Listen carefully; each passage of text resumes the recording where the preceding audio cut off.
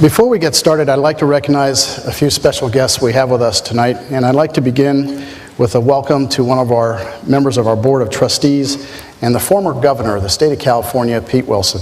Governor.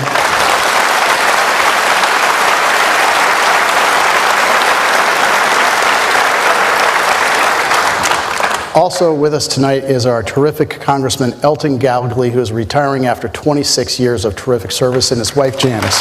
Elton.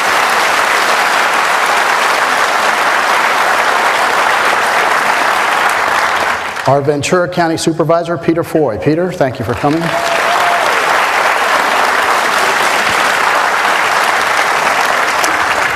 Now, for those of you who were patient enough to go through the book signing line just prior to the event this evening, you know this wonderful woman is here with us tonight. She's a best-selling author, New York Times best-selling author, and the president of Gingrich Productions. Ladies and gentlemen, please join me in recognizing Callista Gingrich.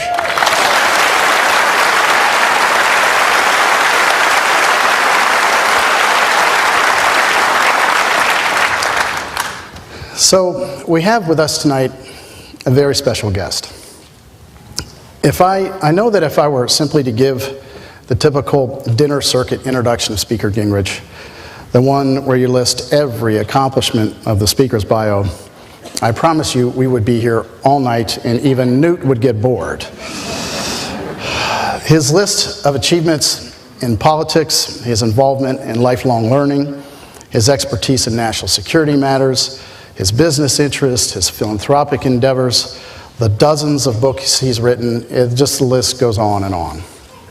So allow me for the moment to presume that all of us here are already well acquainted with the important milestones in the life of one Newt Gingrich, because I want to focus in some part on the future and what I sincerely hope is Newt's place in it as it relates to ideas. So let me explain. It is no secret to anyone here that the party of Abraham Lincoln and Ronald Reagan took a beating 3 weeks ago. Republicans lost the battle for the White House as well as seats in both the House and the Senate. Now, most are still stinging badly from that defeat. I know this from firsthand experience, as many seem to be visiting the Reagan Library in droves lately in what seems to be a quest to remember a great president and remind themselves of his ideals, his optimism, and what he did to inspire Americans to greatness. We should remind ourselves that while our 40th president had the uncanny ability to reach into the hearts and minds of Americans, it was Ronald Reagan himself who said, quote, "I wasn't a great communicator, I communicated great things." Today, we can recognize that great things spring from great ideas. We can also take heart that there are leaders in our time, like Speaker Newt Gingrich, who have great contributions to make in the way of such ideas. Now, there is plenty of precedent here. When Newt was first elected to office in 1978 in Georgia, his party, like the Republican Party today, was in the wilderness. Jimmy Carter occupied the White House, and both the House and Senate were safely in Democrat hands. With the election of President Reagan in 1980, Republicans took control of both the White House and the Senate. But in the House, where Newt Gingrich went to work each day, he was badly outnumbered. Now, I worked as a Hill staffer for a congressman whose office was only steps away from Newt's. And I can assure you, for representatives like Newt, the minority was often a lonely place. The Republicans hadn't held a majority there since 1954, and there was not a soul alive who could ever imagine a Republican majority again. Oh, except for Newt. With no seniority, but a tireless work ethic, a vision, and a mind filled with ideas, it was Newt Gingrich who sat in the back benches of Congress and methodically devised a strategy over several years to make the Republican Party the party of ideas once again. It was Newt that devised the famous contract with America, a plan that gave Republicans more than something to run against in the historic 1994 elections. He gave them something to run for. It was Newt who rallied the faithful behind these ideas and took back the House after 40 years in the minority.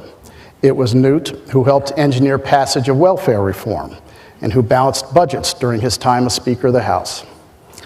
He's been on the national stage ever since, pushing America and the conservative movement forward with his ideas.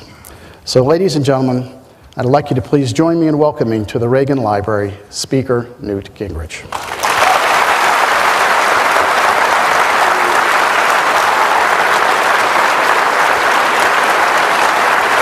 Thank you, John. Thank you, sir.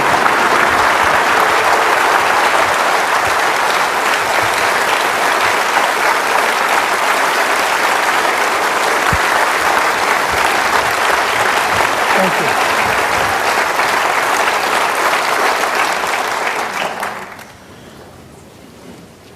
Thank you all very, very much. It's always an honor to be back at the Reagan Library. I want to thank John Heybush for the great job he does of really providing leadership on a day-to-day basis. The degree to which this library is a model of educating young people is really remarkable. And a lot of that goes to the energy, the drive, and to be candid, the fundraising ability that John brings to this. So John, thank you for your work, and thank you for the introduction.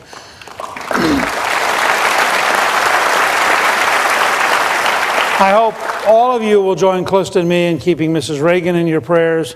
She is a remarkable woman who has spent a lifetime serving this country, and we all cherish her as she continues to be active and continues to play a role here at the library. And so I couldn't come here and not mention Nancy for at least a moment. I also want to say, Governor, it's great to be back with you. We did a lot of things over the years. He from being mayor in San Diego to U.S. Senator to governor to a leader in a variety of ways. I've looked to Pete Wilson and to Gail as great people who represent a willingness to serve their state and their country in an important way. And I want to say to the Gallegleys, because it's always a family engagement if you're out there, thank you both for serving the country. It really does make a difference. And it's great to be back here.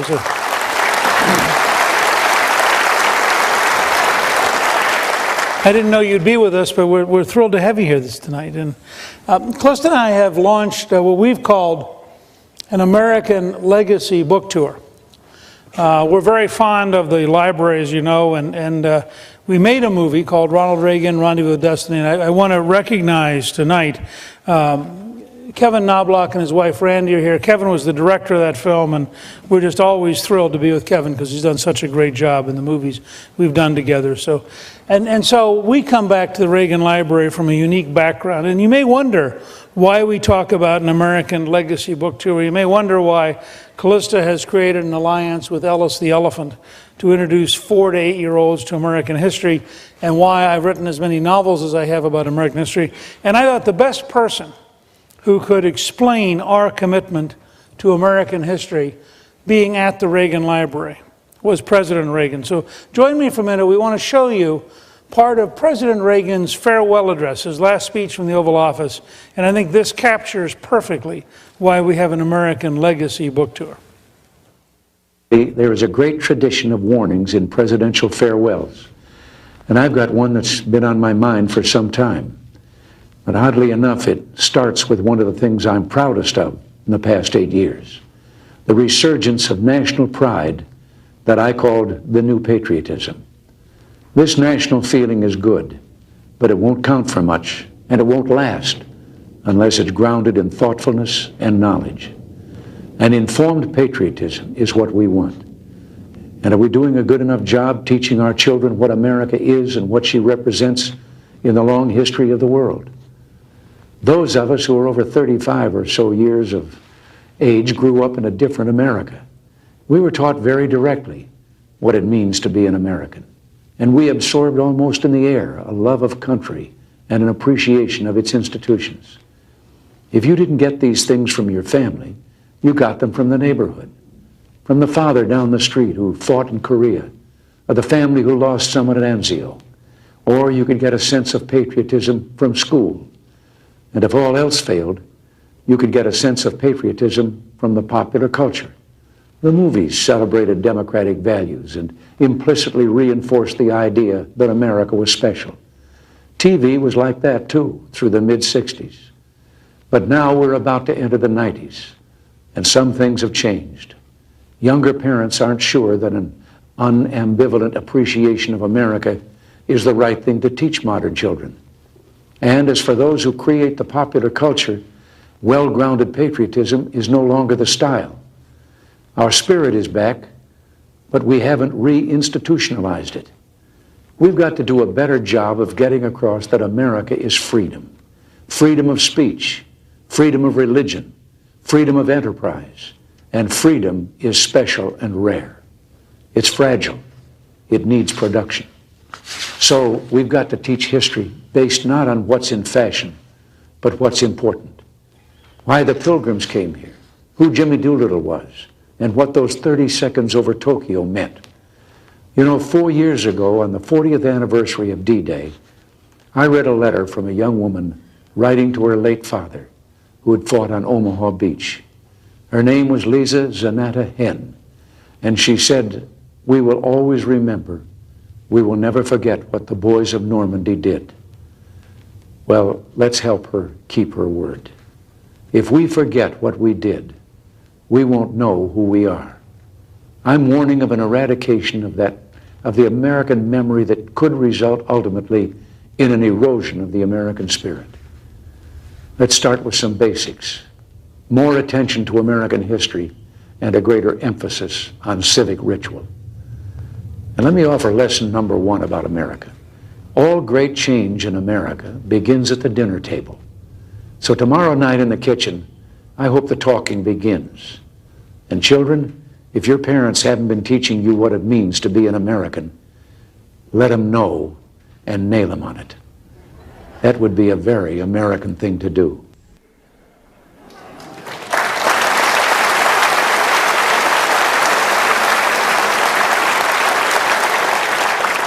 I want to thank the staff here at the library, because I called this afternoon and I said, you know, I've been thinking about how to introduce this talk, and it occurred to me it's pretty stupid for me to quote Reagan if I could get Reagan to quote Reagan.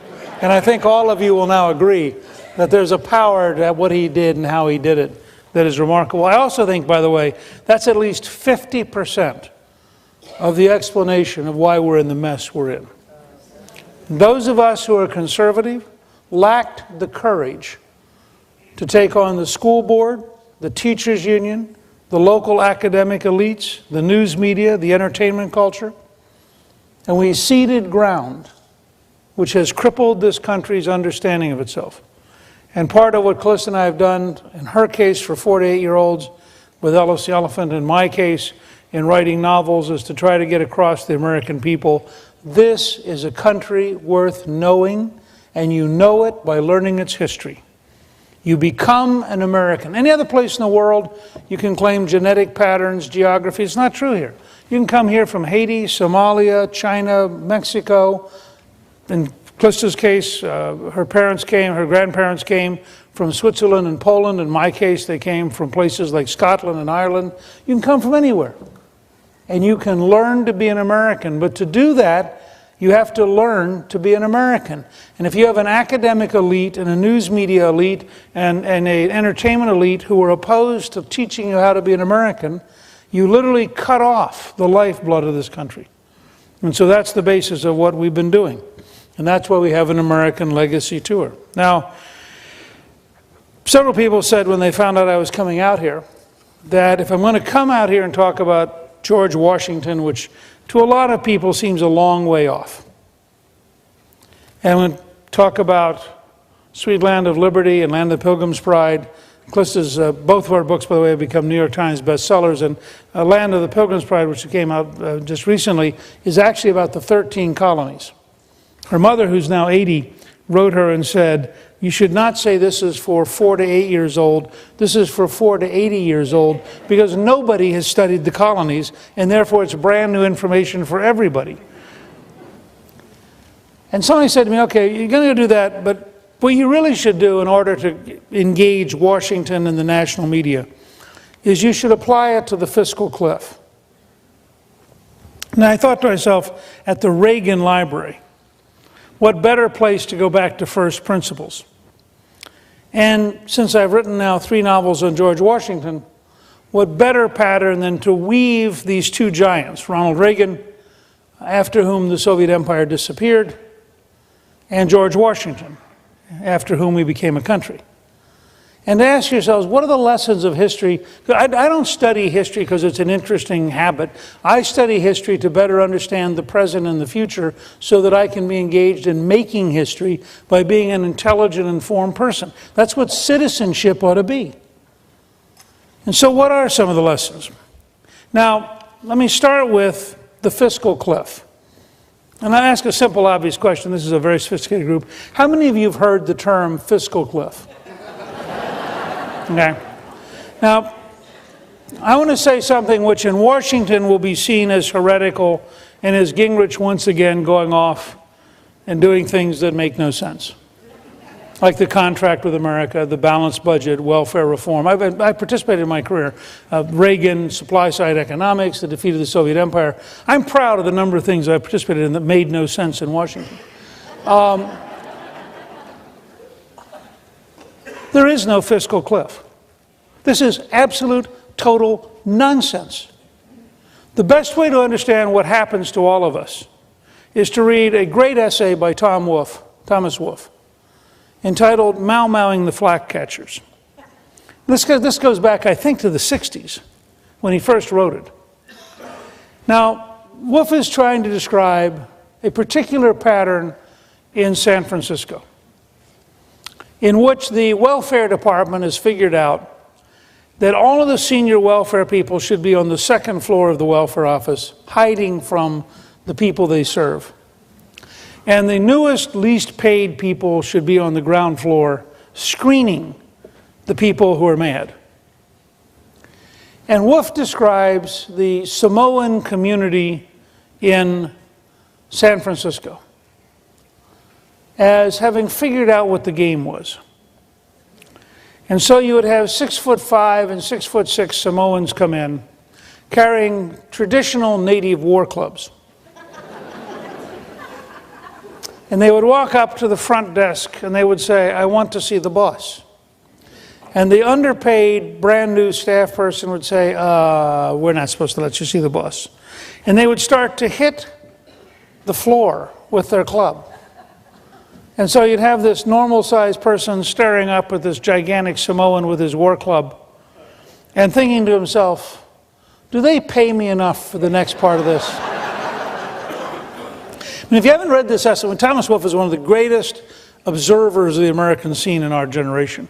If you've never read this, it's worth you going back and reading, because we're revisiting everything Wolfe described in his great early essays. We're revisiting, because the left has continued to mutate and evolve and metastasize and become more Baroque than it was when Wolfe first described it. And so now, instead of it being the local Samoans at the local San Francisco office, it's the national news media. And they get together and they chant, "Fiscal cliff, fiscal cliff, fiscal cliff." And if you're an intelligent politician and you walk out to do a press conference and you say what I just said to you, which is the fiscal cliff is a fantasy. It is an excuse to panic. It's a device to get all of us running down the road so we accept whatever Obama wants, because otherwise we have failed the fiscal cliff. And how can you be a patriot if you don't do what the fiscal cliff requires? And the fiscal cliff will tell us one afternoon, much like the Land of Oz, where there will be this person hiding behind the machine who will say, "Raise taxes now." And if you don't raise taxes now, you have violated the fiscal cliff. Now, do any of you want to be the person who stands up and destroys America by violating the fiscal cliff? Do you want to go on one of the national networks and explain that you are so reactionary, so out of touch with life, that you don't care that America is going to die late on Thursday? I mean, it's all right if that's the kind of person you are. We just need to know it now, because we're never going to schedule you. You'll never be on television, because after all, you're clearly weird. So let me start with the fiscal cliff idea and say there is no fiscal cliff. Let me say second about conservatives and Republicans who are demoralized. Get over it. We had a bad election. We did a number of stupid things. We faced an opponent who was smarter than we were, worked harder than we did, thought longer than we did some clever things. Ronald Reagan, one of his most important single statements, is February 1975 in Washington at the Conservative Political Action Committee meeting. Now, I was part of this. I ran in '74. I've had no sense of timing. So I picked Watergate to run in. I'm in Georgia. I'm a Yankee-born Army brat with a strange accent, a weird name, running as a Republican during Watergate. This was beyond not clever. This was like, you know, don't give him money, pay for the therapy.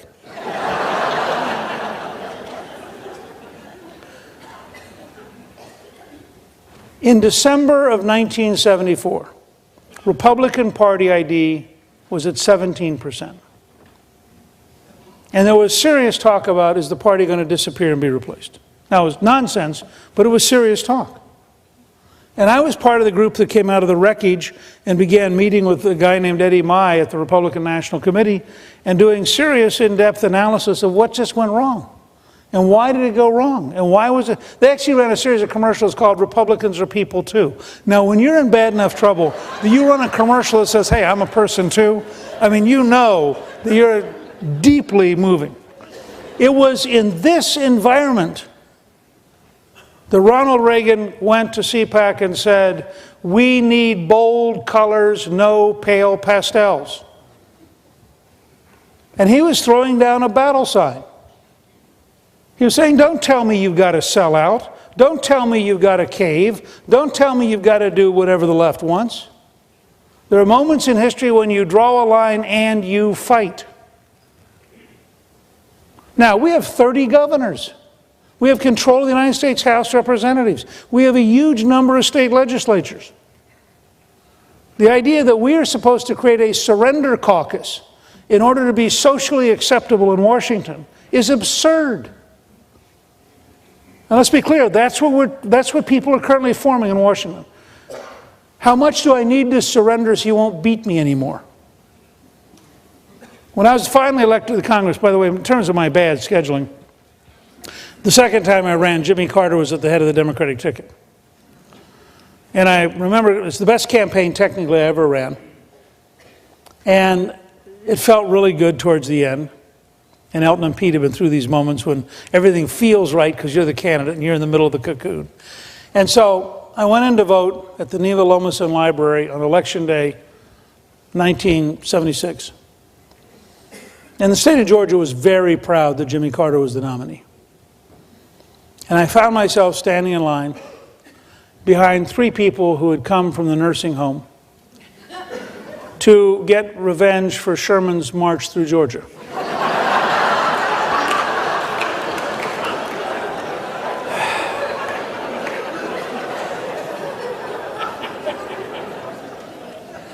And I thought to myself, how likely is it that after they vote for Jimmy Carter, they will split their ticket for a Yankee-born Army brat on the Republican side? And I thought, this is going to be a long evening. And it was. I went from 48.5% against the dean of the delegation in 74 to 48.3% in 1976, barely enough to survive. And then Carter proved that the left can't govern, and by 1978 I won the seat. When I came to Washington, the Democrats had been so dominant from 1973 on that they would saunter onto the floor of the House looking for Republicans to beat up. And Republicans would slink onto the floor of the House hoping not to be noticed. And the new generation who were elected starting in '78 literally banded together and went to the floor of the House to find Democrats to beat up. And we'd pick fights with them. I'm talking about debating. I'm not talking about physically. I just want to make that clear so that nobody in the national media says Gingrich advocates beating up Democrats. You have to be very careful how these things spread. But I do agree passionately with Margaret Thatcher's rule. First you win the argument, then you win the vote. And so we got groups of people who would go to the floor regularly and start debating. And after a while, the Democrats stopped coming to the floor because they understood there were more of us who were prepared to debate than there were of them. We studied it every week because we didn't have to govern. I mean, they were running the House. We were the minority, as Phil Gramm once pointed out to me when he switched sides, and he became a Republican. He said, if you're in the majority, you have to have an idea, fashion it into a bill, hold hearings, mark up the bill, pass through your body, go to conference with the Senate, get something done. You're busy all day long trying to achieve something. If you're in the minority, you get to golf and vote no.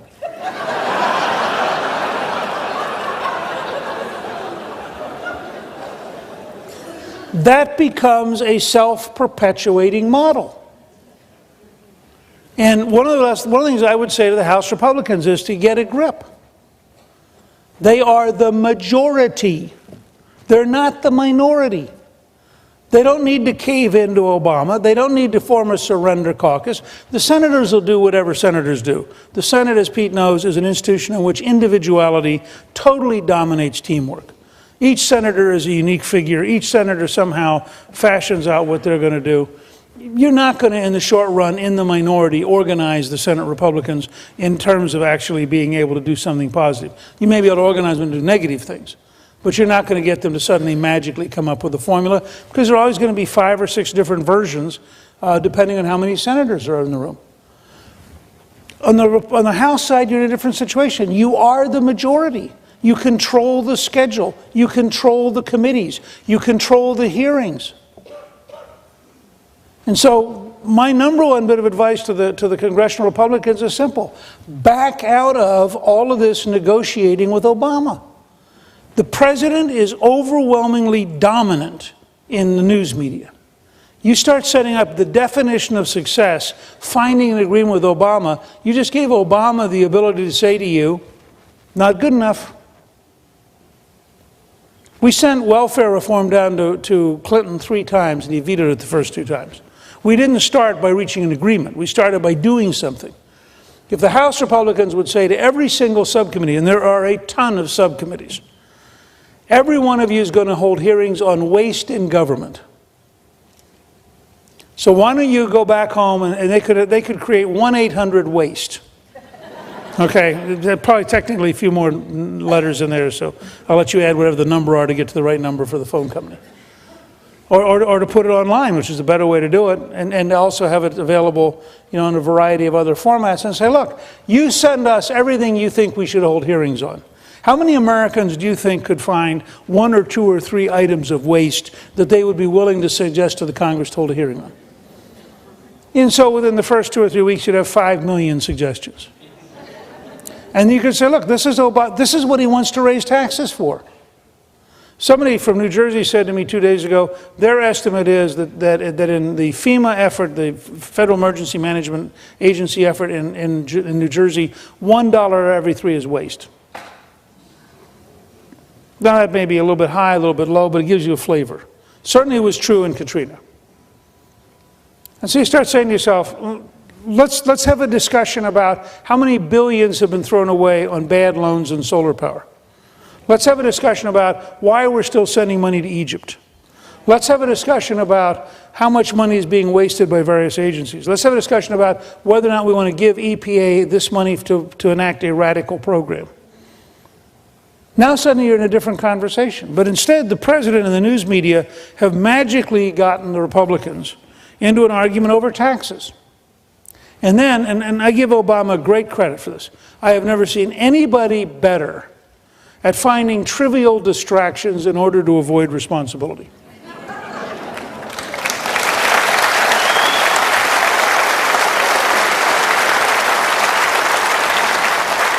And let me say, to give you a 2012 variation on Ronald Reagan's 1975, bold colors, no pale pastels, Obama Light is not a winning formula for the Republican Party.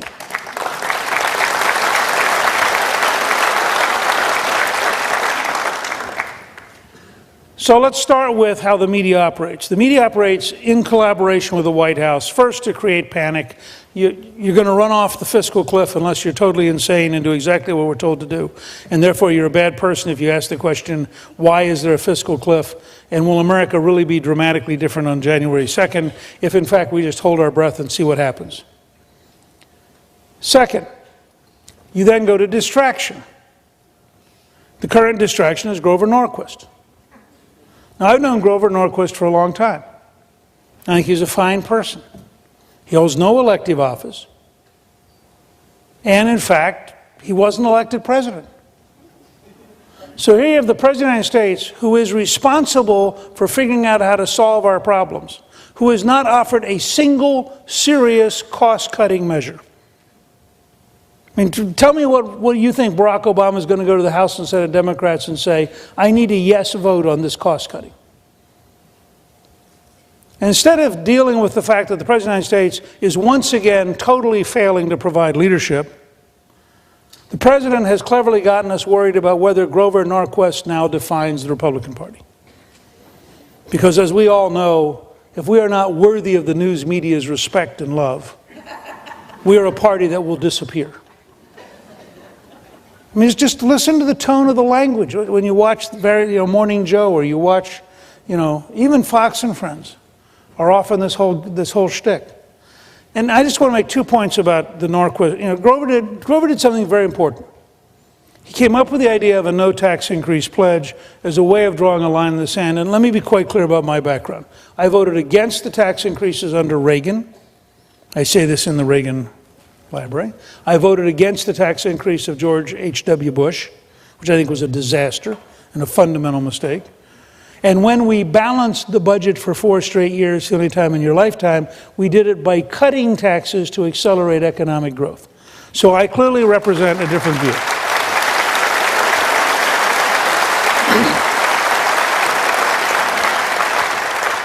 But I have no problem if somebody wants to break their no tax pledge, if they're prepared to go home and explain it. But this idea that they're creating this posturing, several senators have said, I'm not afraid of Grover Norquist. Well, I just want to put on the record here, I've known Grover for years, I'm not afraid of Grover Norquist.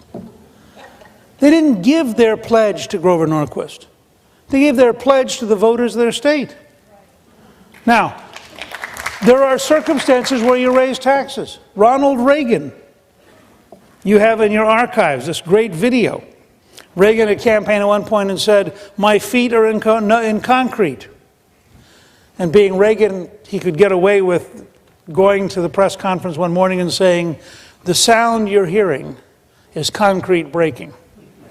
Because as governor, he concluded in order to meet the state's requirements, he had no choice. But it never cost him very much because he was totally upfront and totally honest, and he went to the country, he went to the people of California and said, look, here's where we are. It's a bigger mess than I thought it was. I can't fix it any other way. I think we have to do this. But he did that after creating a commission which fundamentally cut costs and dramatically cut spending. I mean, nobody thought Ronald Reagan was raising taxes to create a bigger government. So they figured out if he needed it, then it must be really serious.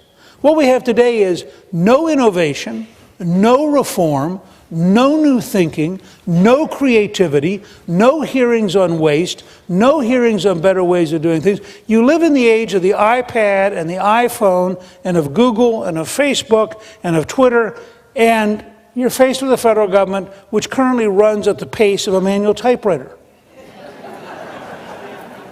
And you have no serious effort in either party to fundamentally overhaul the system. And in that sense, we're told by people who are running a disaster, we need more of your money to prop up a disaster we can't reform. And it's a bipartisan failure. Now, the last thing I want to talk about is how Washington, I think, would have dealt with this. Washington is a remarkable person. I think he is the most important single American. I think all of us stand on his shoulders. I think we probably would not have won the American Revolutionary War without him. We might well not have gotten a constitution without him.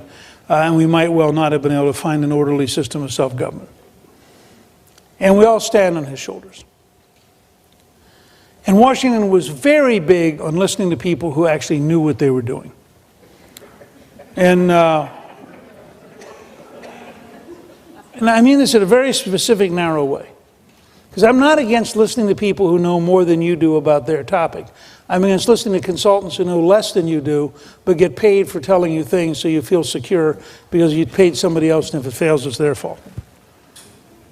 So Washington, for example, in a fight at Trenton, this is in the second Trenton campaign,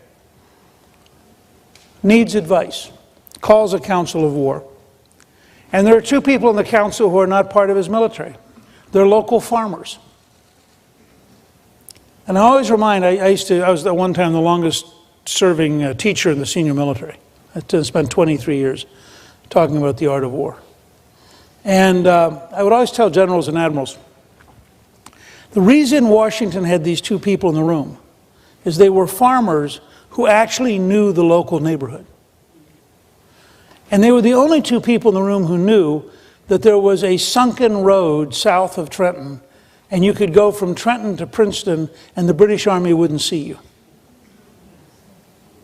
No, they weren't there for social reasons. They were there because they were literally the only two people who knew what they were doing.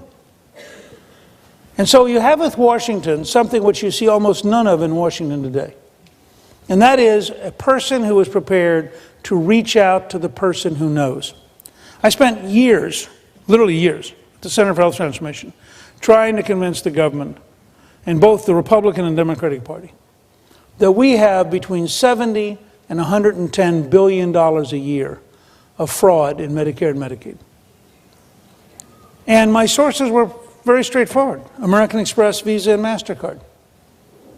If you had in the federal government in Medicare and Medicaid the same level of fraud you get at American Express, you would save somewhere between $70 and $110 billion a year without raising taxes and without punishing any honest person. Can't get anybody to listen to them. They don't fit the Congressional Budget Office model. They're not in the bureaucracy. They have these weird private sector ideas. They want to use computers. I mean, there's just a whole series of weird things about this. And that's where we are. We're a country which could solve virtually all of its problems. If you read, and I want to close with this reference back to Washington for a second. Because I'm frankly, close to having gone around the country listening to conservatives bellyache and Republicans bellyache. You know, can you imagine, I've written 3 novels in Washington. To Try Men's Souls, crossing the Delaware on Christmas night, with ice in the river during a snowstorm, to march 9 miles in the dark with an army which has shrunk from 30,000 to 2,500, and of the 2,500, 1 out of every 3 do not have boots. They're wearing burlap bags on their feet and leaving a trail of blood. So when conservatives say to me, "Oh, gee, I don't know what I'll do. It's so difficult." Do you have any idea what it costs to become free? What people did, what they paid? But can you imagine if Washington brought in his consultants? So, "Hi, I've got this idea. We're going to cross the river at night."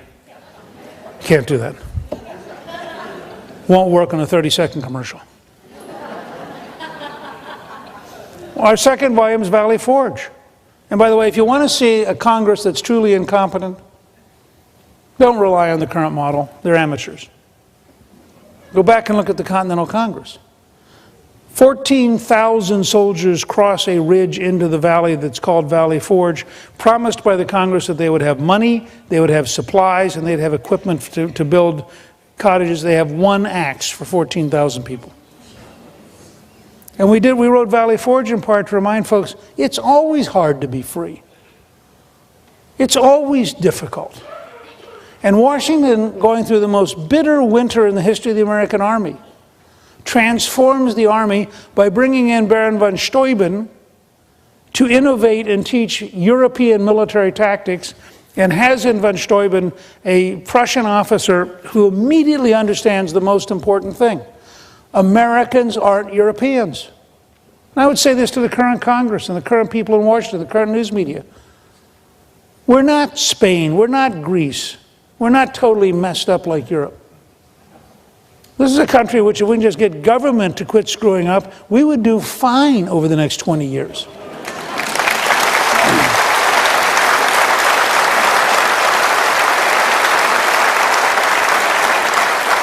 But imagine the consultant report. If they came out and said, you know, General Washington, we've evaluated the situation and you have 1 axe and 14,000 people. We think this is bad. We think you should be deeply depressed and consider quitting. A Congress that isn't doing well enough to be worthy of at least a couple hundred axes doesn't deserve your loyalty. Why don't you go home? You know, these people wanted to be free. And they were prepared to die. When they cross the Delaware on Christmas night, in a desperate last effort before the army ceases to exist, their slogan, their password, is victory or death. And they meant it. It wasn't victory or I'll cry for 6 weeks. It wasn't victory or I'm not going to watch Fox News for a month. It wasn't victory or I think I'll pout. These people were really passionate about the idea that freedom was the right God had given them, and they weren't going to fail God by giving it up.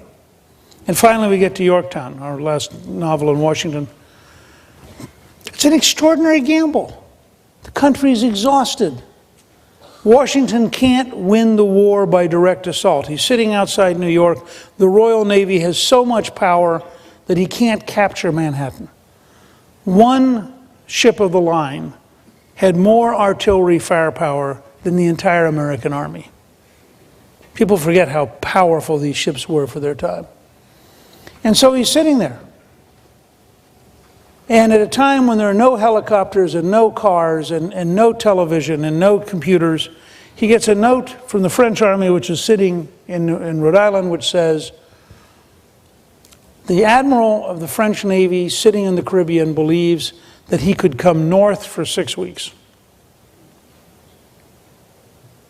Now, the entire opportunity was created because Washington had had the courage over a year earlier to send 1/3 of his army to the south to fight General Cornwallis and wear him out.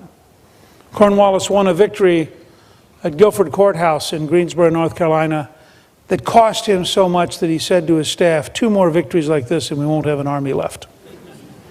And they were just gradually tearing up Cornwallis's army, and he retreats to Yorktown in despair, expecting the Royal Navy to save him. And Washington has gotten this note. The French march from Rhode Island over to New York. The French general says, I am under your command. They have managed to mask the British in Manhattan so they don't know Washington's on the move and think he's still sitting there. They get 4 or 5 day head start. They run through Philadelphia, where Washington has to raise enough money to pay the army to get it to keep moving. That's how close this is. The only time in the entire war that Washington is described as intensely emotional is the morning he sees the French fleet, where he is described as acting as though he were crazy, dancing and yelling and screaming and tears coming down his eyes, because he's gambled everything. He had no way of knowing if they'd show up. And they were there, and the British weren't. When Cornwallis surrenders, the band plays The World Turned Upside Down. And it was. I came to the Reagan Library tonight, a place named for a man who believed in freedom so much that the Soviet Empire disappeared. And I came to talk about the man on whose shoulders we all stand, George Washington. And I would say to each of you and to every person, every Republican in the entire country, every conservative in the entire country, find the courage to live up to the endowment your Creator has given you. You are endowed with liberty. You are endowed with the right to pursue happiness.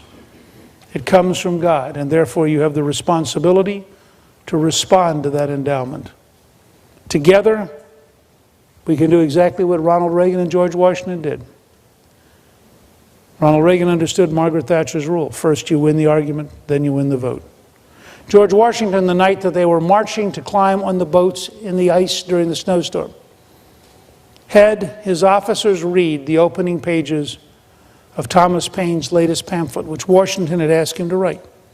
Paine was the great pamphleteer whose pamphlet Common Sense described that Declaration of Independence vividly.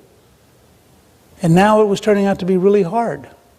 July of 1776, by December, had turned into a bitter, painful, depressing, demoralizing series of defeats. And Washington got him to write a pamphlet called The Crisis, which begins, "These are the times that try men's souls." Because Washington understood, first you win the argument, then you win the war. People had to believe. So I just came here tonight to say to you, we have no reason to despair. We have no reason to back off. We have no reason to surrender. We have every reason to behave as Americans. And I look forward to questions.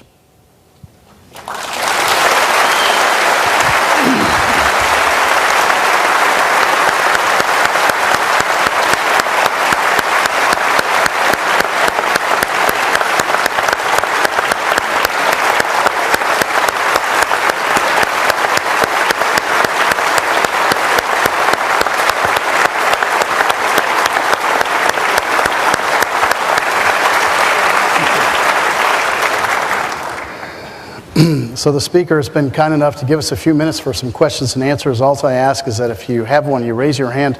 We have people in the aisles with microphones. If you could wait until we get a microphone in your hand so everyone can hear it, that would be great. So we'll start over here. First of all, Mr. Speaker, I'd like to congratulate you and thank you for coming out and for being a man in the arena who's willing to fight the good fight. We do appreciate that.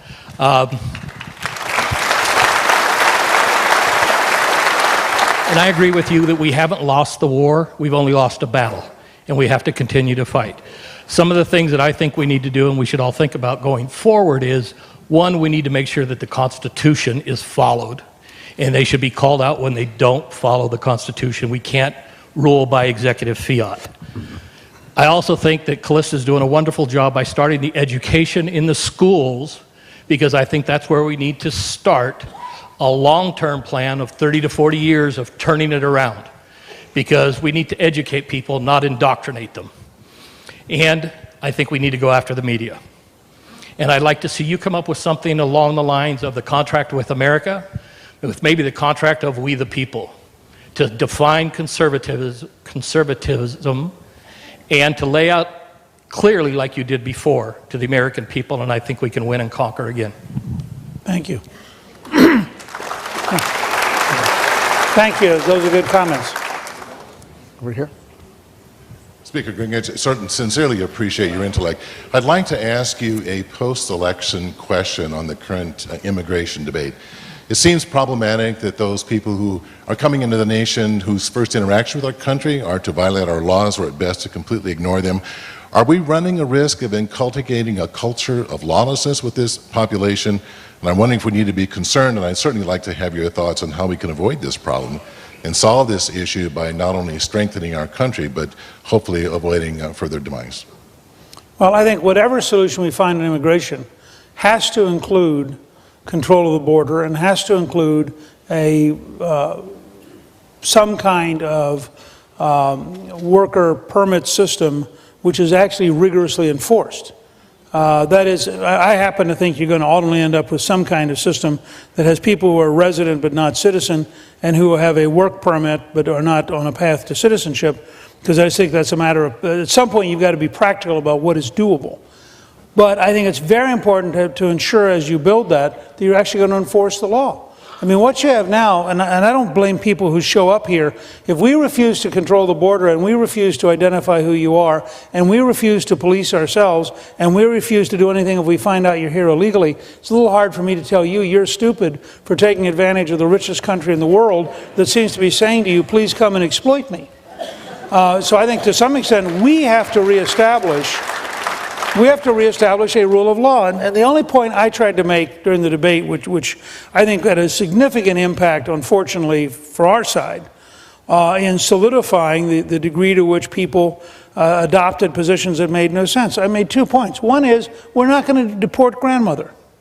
Now, some of you may disagree with that, but I will guarantee you, if you look at this country as a whole, the idea that we're going to go out and find grandmothers and deport them, the churches will protect them, their families will protect them. It ain't going to happen. Now, conservatives should not write laws that are fantasies. We have some obligation to bound conservatism in reality. And so I didn't say give them amnesty. I'm not for citizenship for people who come here illegally, but I'm for figuring out a path to residency that gets them to pay taxes, get them to be within the law, get them to be not exploited, and ends this sore. We will never appeal. I mean, when you have a candidate who basically says to an entire group of people, and remember, we lost Asians by a bigger margin than Latinos. Now, this cannot be a gift problem, as one of our leaders described it, because Asians are the hardest working, most education-oriented, and by the way, economically most successful group in America. So they're not the people who are going to stand around and say, oh, please give me a gift. But when you walk into a community and say, hi, I want to talk to you about economic liberty, but first I got to kick out your grandmother. All of you who believe in families understand that's a really high barrier. I mean, it's tricky at that point to have the rest of the conversation. Because they just say, no, I'm not going to deal with you.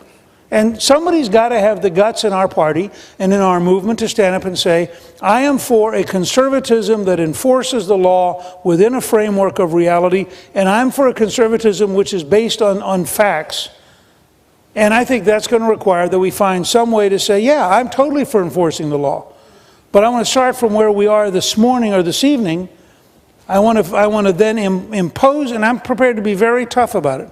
I'm prepared to say to employers, once there's a 24/7 instant verification model based like on your ATM card, you hire somebody who's not here legally, we're going to hammer you economically so it's irrational. But I think people will buy that. You can create a contract that works. What you can't do is continue to go down this road of trying to find a contract that's impossible and isolating yourself from the country in a way that guarantees that the left will control, because what the left wants is unlimited illegal immigration who then get to be citizens and vote. That's the fundamental difference. Over here. In California, it's virtually impossible due to demographics and due to skewed registration to have Republicans elected to federal offices and for the governorship. This skewed demographics is becoming more and more important every election. And how can we do something about that in the federal elections in the future? It's a great question, and it's Theodore Roosevelt in the 1880s decides he wants to get into politics. Now, Theodore Roosevelt came from a very aristocratic family, went to Harvard, was independently wealthy, and all of his social friends said to him, what are you doing? And Roosevelt said, I'm going down to the German and the Irish bars. And they said, how can you do that? I mean, there are Germans and Irishmen there.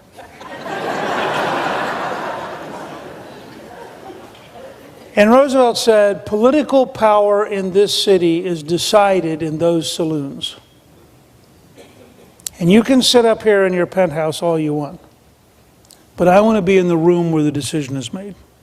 I want to take your word demographic. And this is where I so deeply disagree with our consulting class and candidly with one of the comments of our last nominee. I don't see demographic problems. What do you think Asian Americans want? They want a good education for their kids. They're passionate about their children. They love their children. They invest heavily in their children. They invest more heavily in their children than any other ethnic group in America. What kind of future do they think they want? Just had a survey that I saw this morning came out. Guess what the #1 validation of achievement as seen by college students is today? When you say to them 25, 30 years from now, how do you know you'll be successful? You know what it is? Owning a house. Now, if you were a true left-wing collectivist who wanted to herd everybody into apartments so they could be close to the subway, so they wouldn't need a car, which is a terrible thing that gives them independence. Can you imagine how depressing it would be to know that Obama's vote base wants to own a home, have possessions, be economically independent? And I think we as a party have to sort of humble ourselves. I tell the story about Washington and those two farmers for a practical reason. We need to relax a little bit and go out and actually listen to the people of California. You think the average Latino likes the fact that LA Unified is a disaster? Do you think they like the fact that Sacramento is owned by the lobbyists? Do you think they're thrilled to pay higher and higher taxes for fewer and fewer jobs? Or do you think maybe they don't have any sense that they're allowed to have a conversation with us? And that maybe starts with us going and sitting down with them and saying, so tell me about your dreams. Tell me about your hopes. I think you'd be shocked. I had a great story. I can't use the guy's name. He's a Democratic consultant. And it wouldn't be fair to him because he told me one night but he happened to be hired by the traditional party which had run Mexico since 1929. And he went down, this was just before Vicente Fox won, on a reform ticket. And he went down because their candidate was in deep trouble and they wanted clever American advice. And he did a series of focus groups and he said, you know, you have a real problem. It's called corruption. And the guys he was talking to were the guys who were corrupt. And they said to him, he said, now this is his description, not mine.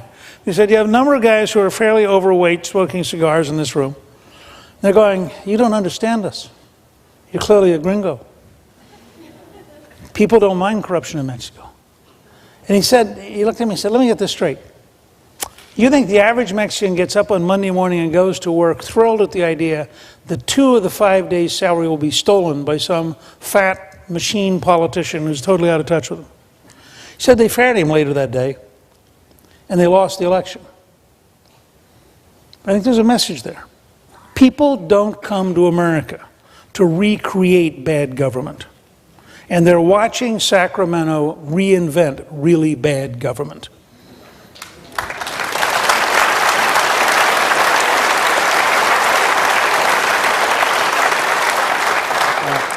We've got time for about 2 more questions. We'll come right here. Thank you for coming, Mr. Speaker. I really was looking forward to you debating Barack Obama. That would have been amazing.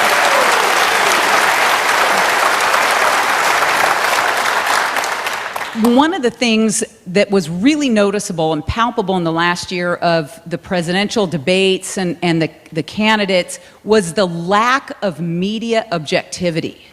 And as a media person, what do you suggest for this next wave of Breitbarts and television and bloggers in order to combat and basically silence this mainstream or lamestream media that we have today? Well, and if you go back and look at the debates, I did a fair amount of policing. But my first question as Republicans look at this, and I've just started at Gingrich Productions what will be a 6-month project of reviewing and trying to learn the lessons at a much deeper level than you're going to get from the current wave of analysts. Because I think when you lose 5 out of 6 presidential elections in popular vote, remembering that Bush got a minority of the vote in 2000, and you underperform in the presidential election of 2004, the weakest incumbent re-election in American history. There's something I just wrote a newsletter which you can get at gingrichproductions.com, in which I said the R word is not Romney, it's Republican. I mean, this isn't about how did Romney lose, this is about a party that I think has failed to become a modern, effective party. Part of the answer there, I would suggest, is that the Republican National Committee worked to create a set of debates that are hosted by the Republicans, and that we tell the media. And why would you want? I mean, I participated because and we had a great time here at the Reagan Library. But the truth is, you ended up in the Reagan Library was also one of the examples. You end up with left-wing moderators who think they're centrist because everybody they know is to their left. I mean, these are not people who think they're biased. They think that they represent the center of America because everybody they go to cocktail parties with is literally that far to the left. And so they ask questions. If you were to go back and analyze the questions, and we're putting together right now an absolutely fascinating case study, which some of you will remember, where George Stephanopoulos asked this question about the 1963 Griswold versus Connecticut Supreme Court suit involving contraception. I guarantee you, because I was there, every Republican candidate in the debate has gone, what? Now, we learned a few weeks later that George apparently had been briefed that this was the beginning of the war on women, in which we discovered that $50,000 a year law students who are unable to afford their own contraception have to have, as part of the new socialist model, free contraception, or otherwise they'll be deprived, which then became, of course, a symbol which we saw one article yesterday, the Time magazine may name her as the Person of the Year.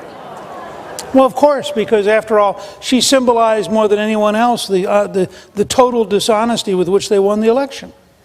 I mean, she's the perfect symbol of our incompetence.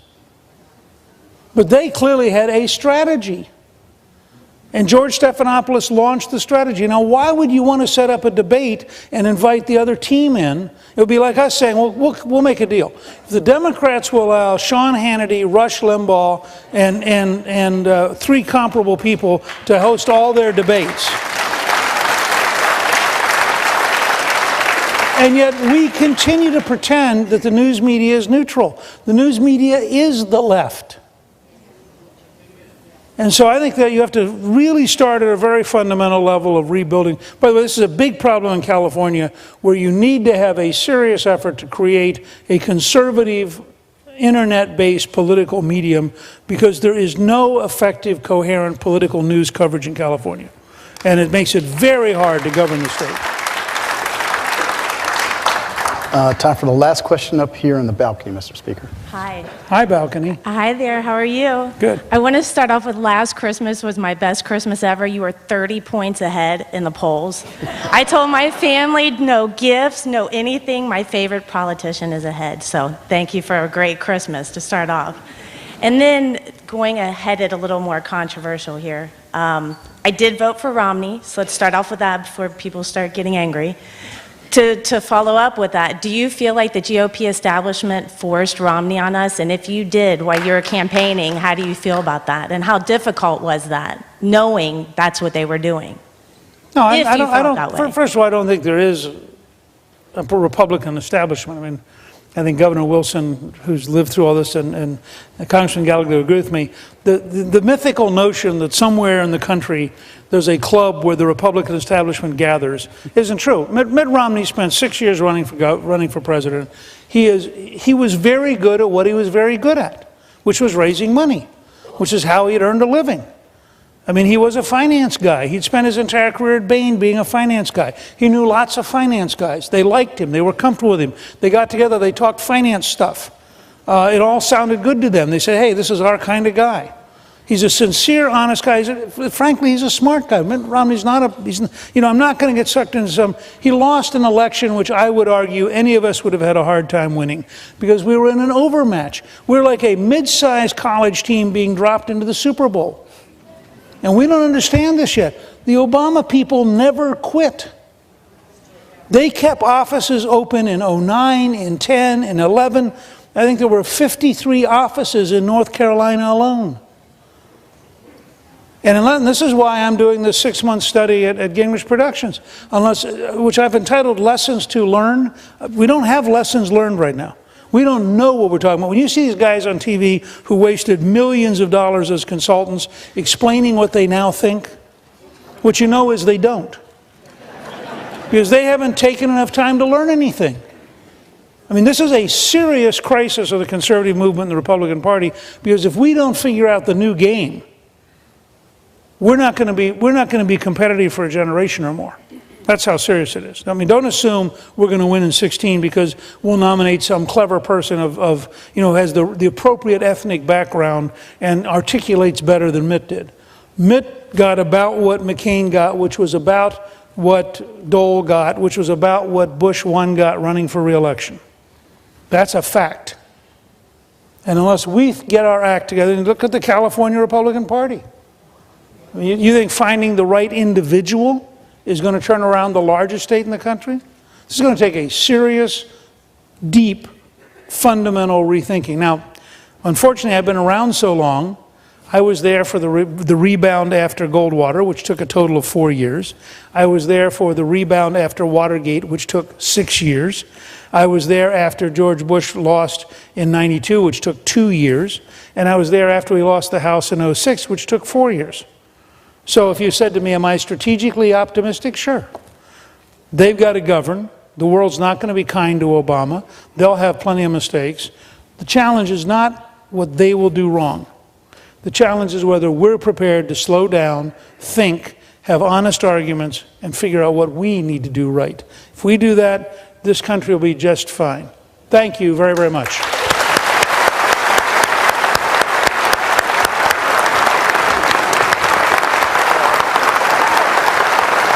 that all right? Is that okay? Great to see you. Thank you for being here. Thank you. Hope I didn't take your name in vain too much.